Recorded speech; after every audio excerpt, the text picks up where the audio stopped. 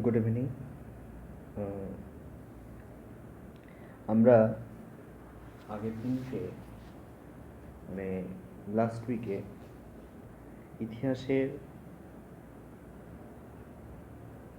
Delhi sultanate এবং মুঘল সাম্রাজ্য এইগুলো মানে অ্যানসাইন্ট থেকে একদম মিডিয়েভাল ইন্ডিয়া পর্যন্ত শেষ, that is history of India.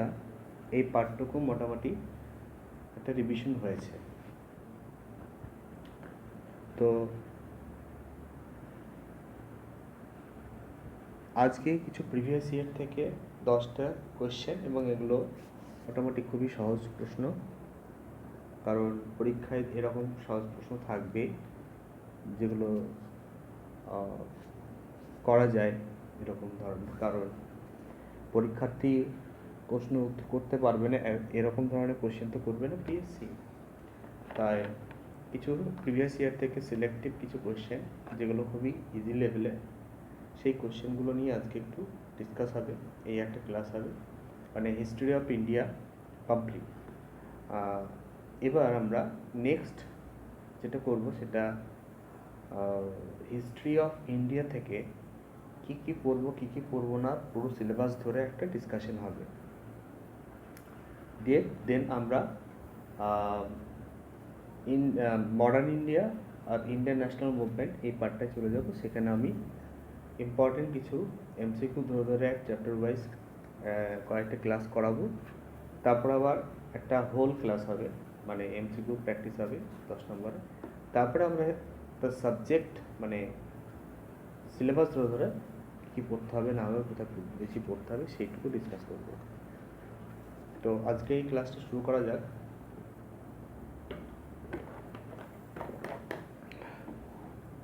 আর ক্লাসগুলো ভালো লাগবে এবং সকলকেই আমার প্রণাম এবং অনুরোধ যে সাবস্ক্রাইব করো চ্যানেলটা এবং লাইক শেয়ার করো এবং ক্লাসগুলোকে কন্টিনিউ দেখতে থাকো, তোমাদেরই লাভ হবে, ভালো হবে। অলরেডি সবাই দেখছো, কারণ যেভাবে আস্তে আস্তে গ্রো করছে আমার চ্যানেলটা, তোমরা দেখছো বলে গ্রো করছে, তার জন্য অসংখ্য ধন্যবাদ এবং আমার প্রণাম। ফার্স্ট কোয়েশ্চেন দেখো, where did Gautam Buddha deliver his first সারমন? এই কোয়েশ্চেনটা প্রত্যেকবারই মানে একবার দুবার করে অল্টারনেট ইয়ারে আসে। তো আমি কিন্তু বেশি মানে ডিটেলসে ডিসকাস করবো না, যেহেতু অনেকেই তোমরা পড়াশুনো করো, তোমরা জানো ব্যাপার বিষয়গুলো, এবং যারা করো না তাদের জন্য পরে আমি ডিটেলস ক্লাস নিয়ে আসবো। আর কেউ যদি আমার এই কোর্সে ভর্তি হতে মানে অ্যাডমিশন নিতে চাও বা আমার সঙ্গে প্রিপারেশান স্টার্ট করতে চাও, তাহলে আমার নাম্বারে ফোন করবে, দিয়ে কথা বলবে। Where did Gautam Buddha deliver his first sermon? Option A Bodh Gaya, option B Shravasti, option C Sarnath, option D Vaishali. তো দেখো এখানে বৈশালী এবং সারাভাস্তি এই দুটো আমরা জানবো, কনফার্ম হবে না, ঠিক আছে। বোধগয়া এবং সারনাথ এই দুটো নিয়ে অনেকে কনফিউশন হয়ে যাবে, সেক্ষেত্রে অনেকে বোধগয়া করে দিয়ে আসবে। আর যারা জানে সেটা সারনাথ, এর আনসার হবে সি। আনসার কী হবে? সি। প্রথম কিন্তু গৌতম বুদ্ধ ফার্স্ট ডেলিভার করেছিলেন, ঠিক আছে। Next number 2, sati of Hindu women was prohibited during the reign of which Mughal emperor? Option A Jahangir, Shahjahan, Akbar, Aurangzeb. Option A Jahangir, Shahjahan, Akbar, Aurangzeb. তো আগের দিন একটা ক্লাসে আমি এই সতী সম্পর্কে একটু ডিসকাস করেছি যে আমরা সতী এই যে কনসেপ্টটা, ঠিক আছে, আমরা পাই প্রথম গুপ্ত যুগের সেই সময় থেকে।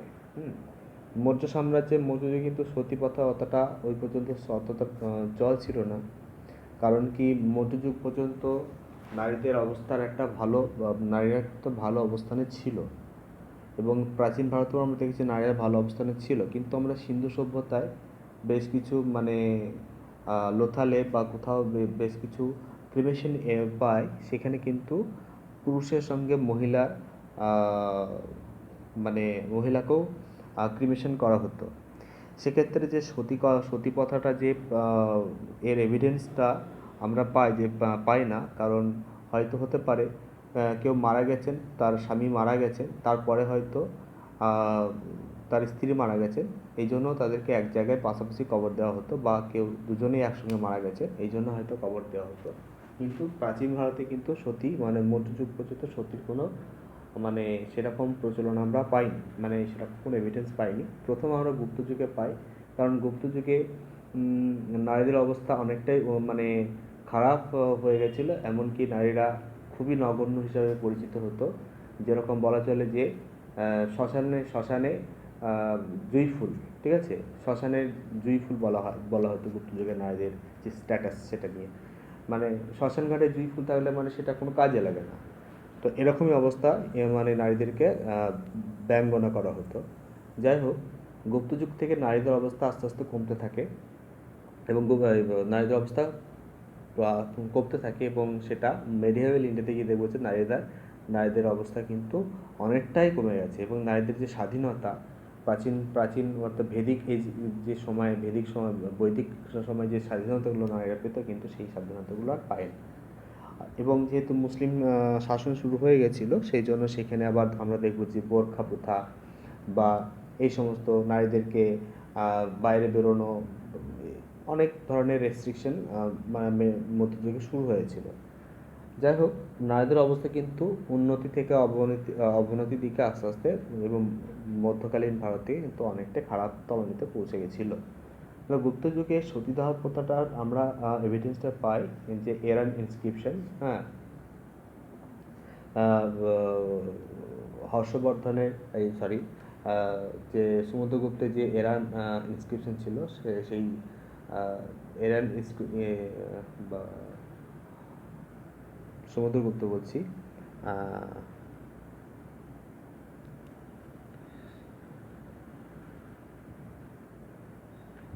নামটা ভুলে গেলাম এই মুহূর্তে।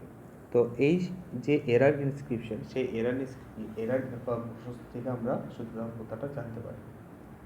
এর পরবর্তীকালে যে আস্তে আস্তে আমরা দেখব সতীদাহ প্রথাটা চরম আকার যখন নিচ্ছে, ঠিক আছে, সুলতানি যুগেও কিন্তু সতীদাহ মানে জহর মানে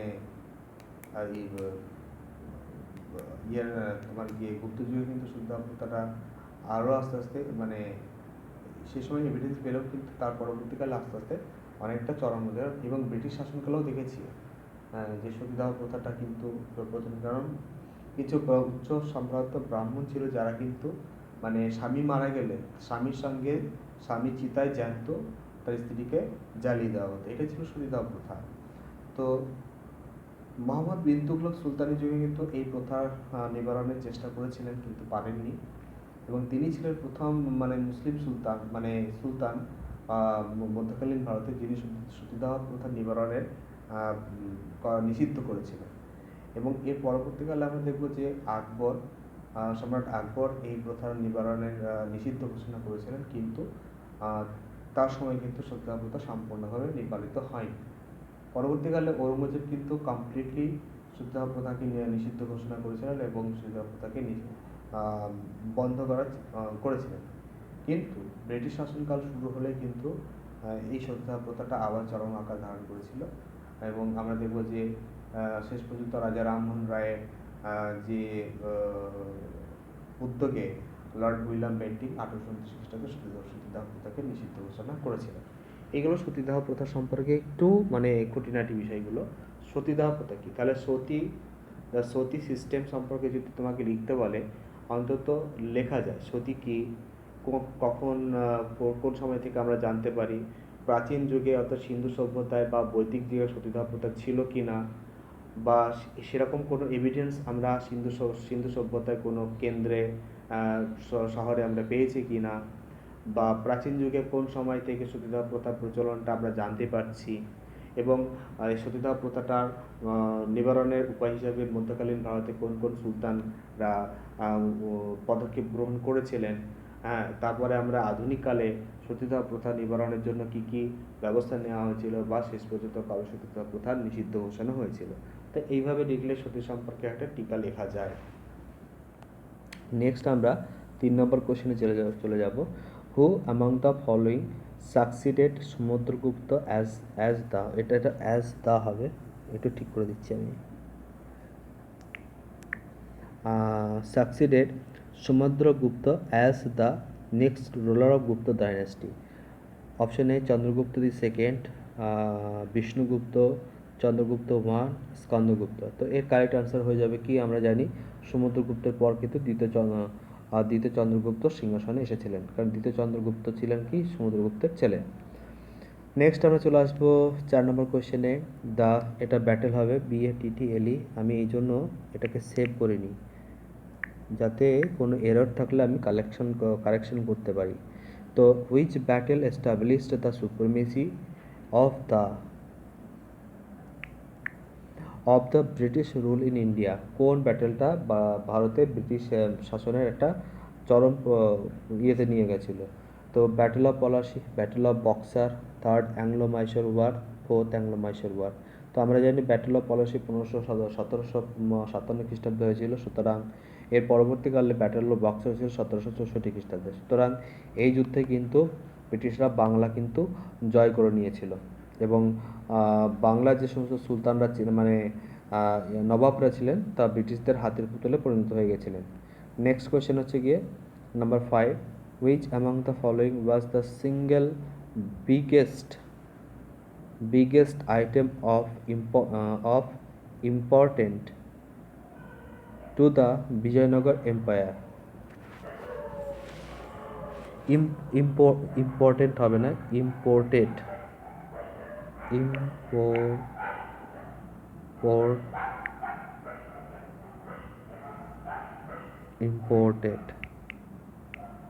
ইম্পোর্টেড মানে ইম্পোর্ট করতো, টু দ্য বিজয়নগর এম্পায়ার। কি পার্ল হবে, এটা প্রেসিয়াস স্টোন হবে, প্রেসিয়াস স্টোন, সিল্ক, হর্স। তা এর কারেক্ট আনসার হয়ে যাবে কি হর্স।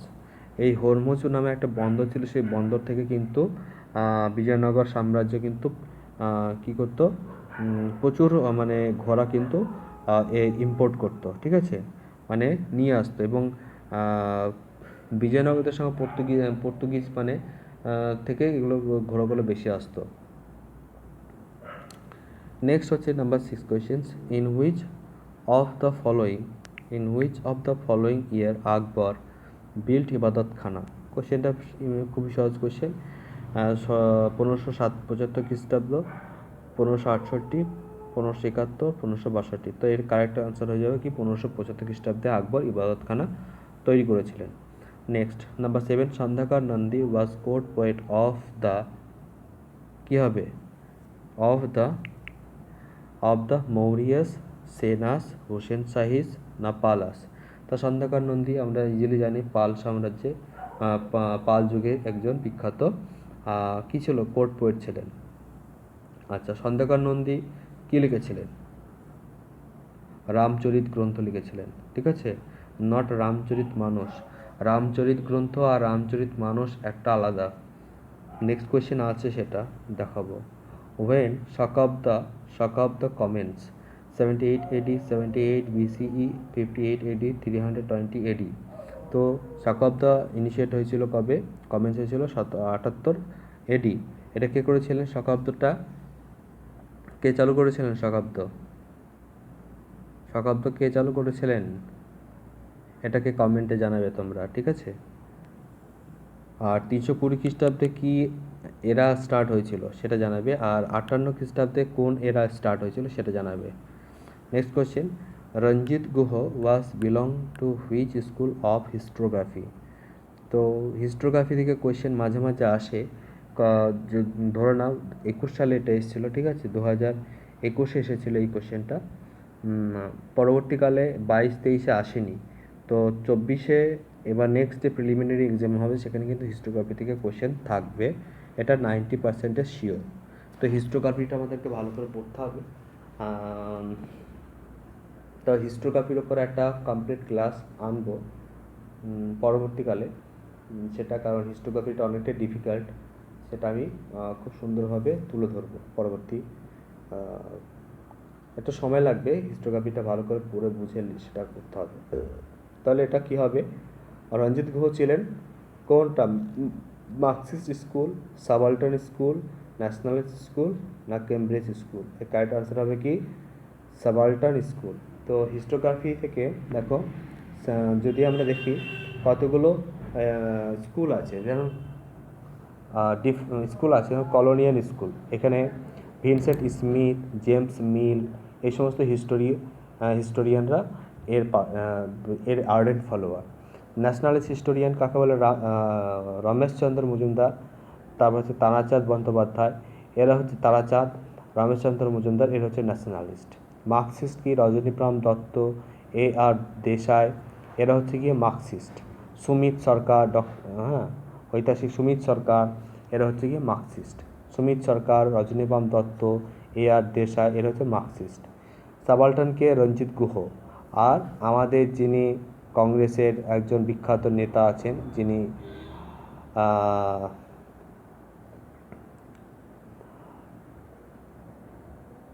কে নাম কি? শশী থারুর। শশী থারুর হচ্ছে সাবাল্টার্নের স্কুলের। তারপর যে কেমব্রিজ স্কুল আছে, কেমব্রিজ স্কুলের কে কে আছেন আমরা দেখবো যে কেমব্রিজ স্কুলে সেরকম নাম তো আমি পাচ্ছি না, পরবর্তীকালে আমি বলবো পরে, ঠিক আছে, এই হিস্টোগ্রাফি সম্পর্কে। কেমব্রিজ স্কুল আছে, আর কি কি স্কুল আছে? কেমব্রিজ স্কুল আছে, লিবারাল অ্যান্ড নিও লিবারাল আছে একটা, আর একটা হচ্ছে ফেমিনিস্ট হিস্টোগ্রাফি, একটা ফেমিনিস্ট হিস্টোগ্রাফি আছে। তো হিস্টোগ্রাফি এতগুলো স্কুল আছে হিস্টোগ্রাফির উপরে। নেক্সট কোয়েশ্চেন, তাহলে 9 রঞ্জিত গুহ কী হয়ে গেল? সাবাল্টার্ন স্কুল। আর রঞ্জিত গুহ একটা বই লিখেছিলেন, সেই বইটার নাম আমি বলে দিচ্ছি, elementary aspect of peasant insurgency in colonial India. কি এলিমেন্টারি? বলে দিচ্ছি, এলিমেন্টারি অ্যাসপেক্ট অফ, এখানে লিখে দিই, হ্যাঁ,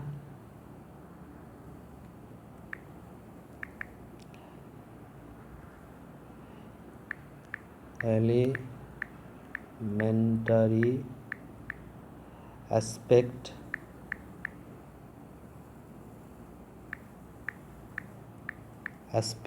of peasant insurgency in colonial India. তো এইটা হচ্ছে গিয়ে কে লিখেছিলেন? কে লিখেছিলেন? রঞ্জিত গুহ।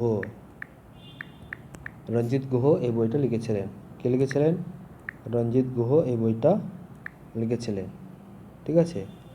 নেক্সট হচ্ছে নাম্বার 10 কোয়েশ্চেন, হু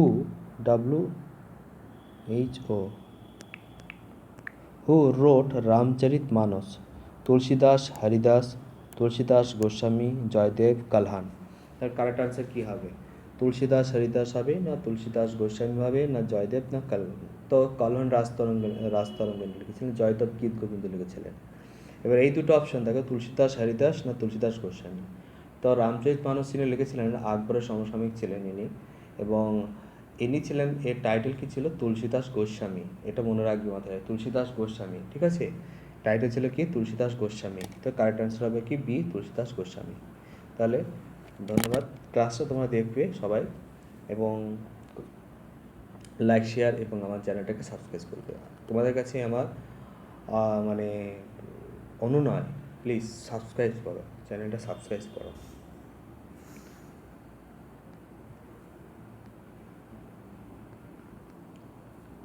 আর এরপরে আমরা যে ক্লাসটা স্টার্ট করব সেটা হচ্ছে গিয়ে মডার্ন ইন্ডিয়া এবং ইন্ডিয়ান ন্যাশনাল মুভমেন্ট।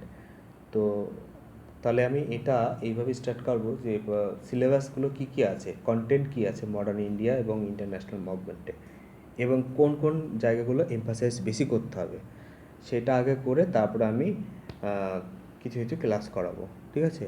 এবং যে ক্লাসগুলো করাবো সেগুলোকে তোমরা ফলো করবে, কোয়েশ্চেন কিন্তু কমন আসবেই, কোয়েশ্চেন 100% কমন আসবে, বিভিন্ন পরীক্ষায় কোয়েশ্চেন কমন আসবে, ঠিক আছে।